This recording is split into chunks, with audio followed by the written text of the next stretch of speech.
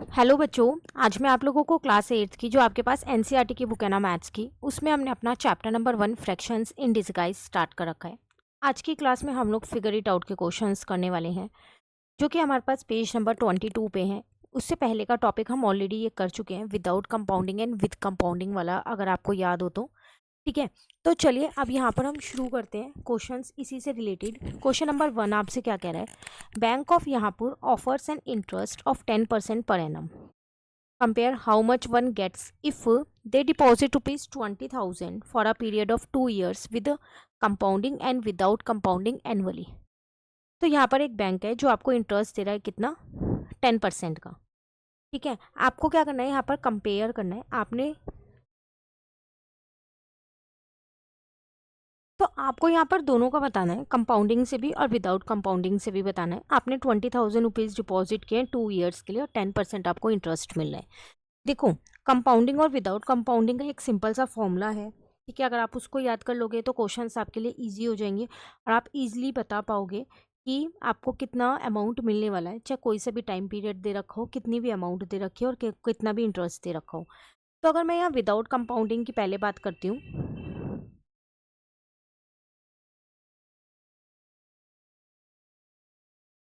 तो उसका सिंपल सा फॉर्मूला है मेरे पास। एसआई का मतलब होता है सिंपल इंटरेस्ट, वो होता है principal multiply rate multiply time divided by 100। ठीक है, तो पहले हम यहाँ करते हैं, इंटरेस्ट निकाल लेते हैं और फिर उसको प्रिंसिपल में ऐड कर देंगे तो हमारी अमाउंट निकल जाएगी। तो सिंपल इंटरेस्ट इसमें हमारा कैसे निकलेगा, प्रिंसिपल हमारा था, हमने 20,000 डिपॉजिट किया। ये हमने जाना था कि जितने पैसे हम डिपॉजिट करते हैं वो हमारा प्रिंसिपल होता है। ठीक है, तो हमने 20,000 रुपीज़ डिपॉजिट किए 10% के रेट ऑफ इंटरेस्ट पे 2 साल के लिए किए। और यहाँ पर नीचे 100 ऐसी है, ये 2 ज़ीरो से ये 2 ज़ीरो कट हो गई। देन 2 जो यहाँ पर 4 हो गया और 3 ज़ीरो लग गई, तो टोटल आपको 4,000 का इंटरेस्ट मिलेगा।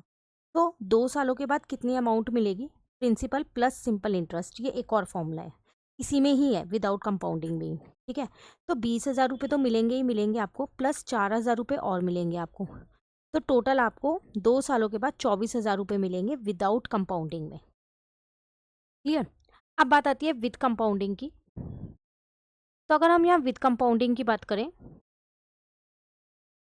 तो इसमें भी एक सिंपल सा फॉर्मूला है, इसमें सीधा आप अमाउंट निकाल सकते हो। अमाउंट का फॉर्मूला होता है पी, ब्रैकेट में होता है 1 प्लस यहाँ पर आर और यहाँ होता है एन। ए का मतलब अमाउंट है, यहाँ पर पी का मतलब प्रिंसिपल है, आर का मतलब रेट ऑफ इंटरेस्ट है, एन का मतलब टाइम है, कितने टाइम के लिए। अब प्रिंसिपल मेरा था यहाँ पर 20,000, आर है मेरे पास 10%, तो परसेंट हटा के नीचे 100 आ गया। एन मतलब टाइम, कितने टाइम के लिए था, 2 सालों के लिए। ठीक है, देन 20,000, अगर मैं यहाँ डिनोमिनेटर सेम करती हूँ तो ये हो जाएगा 110 अपॉन में 100 की होल पावर 2। पावर आपको एक्सपेंड करनी आती है कि हम उसे किस तरीके से खोल सकते हैं। तो 20,000 यहाँ पर आ जाएगा 110 अपॉन में 100, 2 बार मैं लिख देती हूँ क्योंकि उसकी पावर 2 थी। तो इन 2 ज़ीरो से मैंने ये वाली 2 ज़ीरो काट दी, इन 2 ज़ीरो से ये वाली 2 ज़ीरो काट दी। फाइनली मेरे पास बचा 2 मल्टीप्लाई 11 इंटू 11 और इंटू में मैंने 100 कर दिया, इन दोनों ज़ीरोज़ को मैंने अलग से लिखा है। ठीक है ना।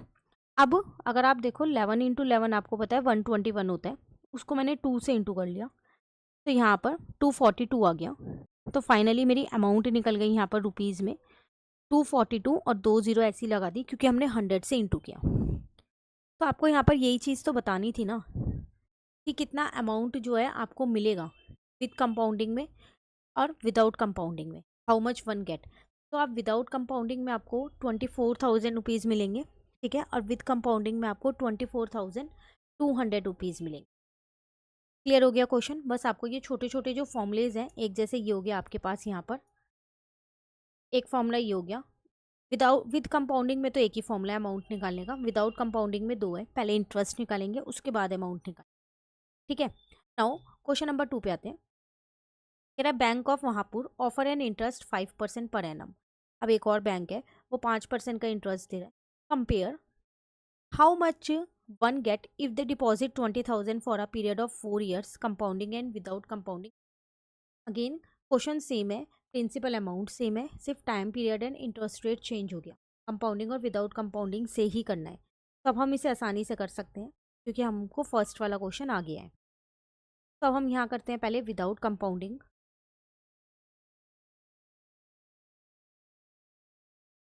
तो इस केस में पहले मेरे को सिंपल इंटरेस्ट निकालना पड़ेगा। उसका फॉर्मूला होता है मेरे पास P into R into T. देखो आप ये सारे ना एक जगह साइड में लिख सकते हो। एस आई का मतलब सिंपल इंटरेस्ट है, पी का मतलब प्रिंसिपल है, आर का मतलब रेट ऑफ इंटरेस्ट है एंड टी का मतलब टाइम है, ताकि एग्जाम टाइम पे जब आप रिवाइज करो तो आपको कोई भी डाउट ना रहे। ठीक है, तो 20,000 है, 5% है, 4 ईयर है। 20,000 है, 5% पे है, 4 ईयर है। ठीक है, 5% का ही ये नीचे 100 लगा हुआ है, ये मत सोचना कि एक और 100 लगा दे। ठीक है, 2 0 से 2 0 मैंने यहाँ कट कर दिया। देन मेरे पास आ गया 200 और 5 4 जा 20 हो गया, 2 2 जा 4 हो गया और 3 0 ऐसे ही है। तो ये मेरा सिंपल इंटरेस्ट निकला है, इतना इंटरेस्ट मिलेगा।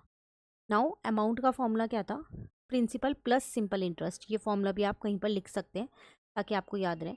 तो अमाउंट थी आपके पास यहाँ पर 20,000। ठीक है, और सिंपल इंटरेस्ट आया आपके पास 4,000। तो यहाँ तो अभी भी मेरा 24,000 ही रुपीज़ आ रहा है, इतना ही मिलेगा। वहाँ 2 साल का था, यहाँ 4 साल का हो गया, बट रेट ऑफ इंटरेस्ट वहाँ 10 था, यहाँ 5% हो गया, तो वही बात पड़ गई ना, तो सेम ही आ रहा है। ठीक है, नाउ विथ कंपाउंडिंग में देखते हैं। तो मैंने यहाँ पर लिख दिया विथ कंपाउंडिंग, आप चाहो तो उसे नीचे भी कर सकते हो, कोई दिक्कत नहीं है तो इसका एक ही फॉर्मूला था, amount is equals to P bracket में 1 + r इंटू में n हो गया। अमाउंट मुझे फाइंड करनी है, प्रिंसिपल मेरे पास 20,000 है, आर जो है वो मेरे पास यहाँ 5% है, तो परसेंट हटा के 100 लिख दिया। कि आप चाहो तो ना इसको r/100 भी लिख सकते हो, या फिर परसेंट का 100 मत लगाना, क्या ऐसे यहाँ पर भी कर लो r/100, ताकि आपको कहीं पर भी बस कंफ्यूजन ना रहे कहाँ परसेंट का 100 लगाना है और कहाँ नहीं लगाना। ठीक है, अब कोई दिक्कत नहीं होगी। के बाद एन जो है वो मेरे पास यहाँ पर 4 है। नाउ 20,000 ये ऐसे ही लिखा हुआ है, अगर मैं यहाँ डिनोमिनेटर को सेम करती हूँ तो ये मेरे पास 105/100 आ जाएगा, और ये 4 ऐसी है।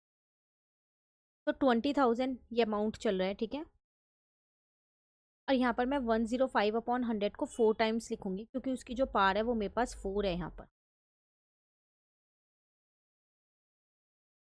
ठीक है, एक बार हम यहाँ लिख देते हैं नीचे।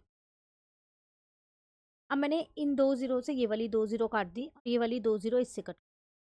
फाइनली मेरे पास बचा है 2 × 105, तो मेरे पास एज इट इज़ बचा हुआ है। और यहाँ पर मेरे पास आ गया 100 इंटू में 100। अब आप सोच रहे हो इतना बड़ा कैसे करेंगे, तो देखो दो तरीके हैं, या तो आप मल्टीप्लाई कर लो अगर इतना बड़ा कर सकते हो तो, लेकिन अगर नहीं कर सकते तो आप इसको कट भी कर सकते हो, ऐसा ज़रूरी नहीं है आप कट नहीं कर सकते।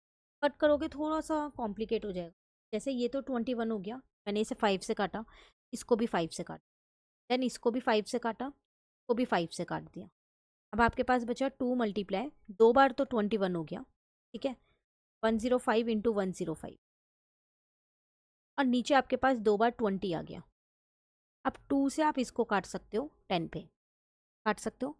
अब अगेन इसको 5 से काटा, 21 आ गया, इसको 5 से काटा, 2 आ गया, फिर इसको 5 से काटा, 21 आ गया, इसको 5 से काटा, 4 आ गया। थोड़ा सा आसान हो गया।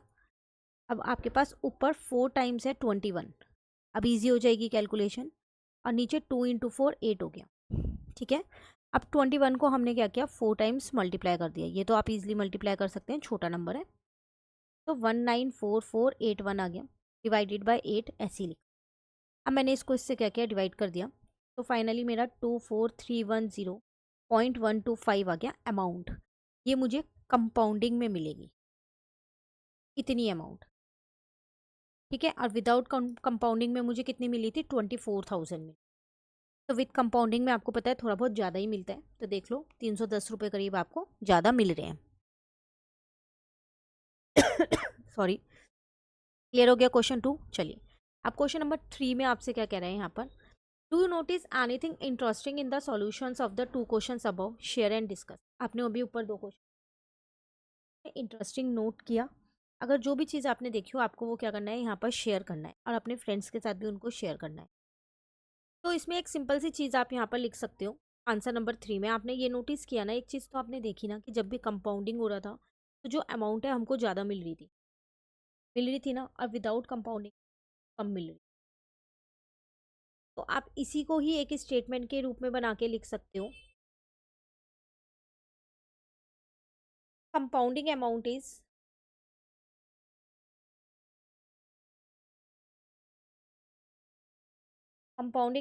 Is always greater than,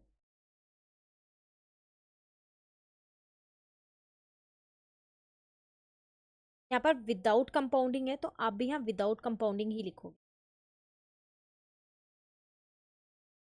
without compounding amount. Clear? चलिए, अब आपके पास ये 3 क्वेश्चंस कंप्लीट हो गए। अब एग्जाम्पल नंबर 9 से आपके पास और आगे टॉपिक शुरू है। सेम ही टॉपिक है, बस इसमें थोड़ी बहुत चीज़ें चेंज कर दी गई हैं। तो अगर आपको ये 2 फॉर्मूलेज अच्छे से नहीं आए जो आज हमने सीखे हैं, 2 या 3 फॉर्मूले, तो आप एग्जाम्पल नंबर 9 से आगे अच्छे से नहीं समझ पाओ। तो आप पहले आप इन 2 क्वेश्चंस को अच्छे से कर लो, खुद से करके देखो, कहीं डाउट हो साथ में कमेंट में फटाफट से क्या डाउट है, ताकि नेक्स्ट क्लास में उस डाउट को भी क्लियर कर लें और फिर हम अपना ये एग्जाम्पल नंबर, जिसमें कुछ और हम नया इसी टॉपिक में सीखने वाले हैं। ठीक है, तो फिर मिलते हैं चलो नेक्स्ट क्लास में एग्जाम्पल नंबर 9 के साथ। Thank you.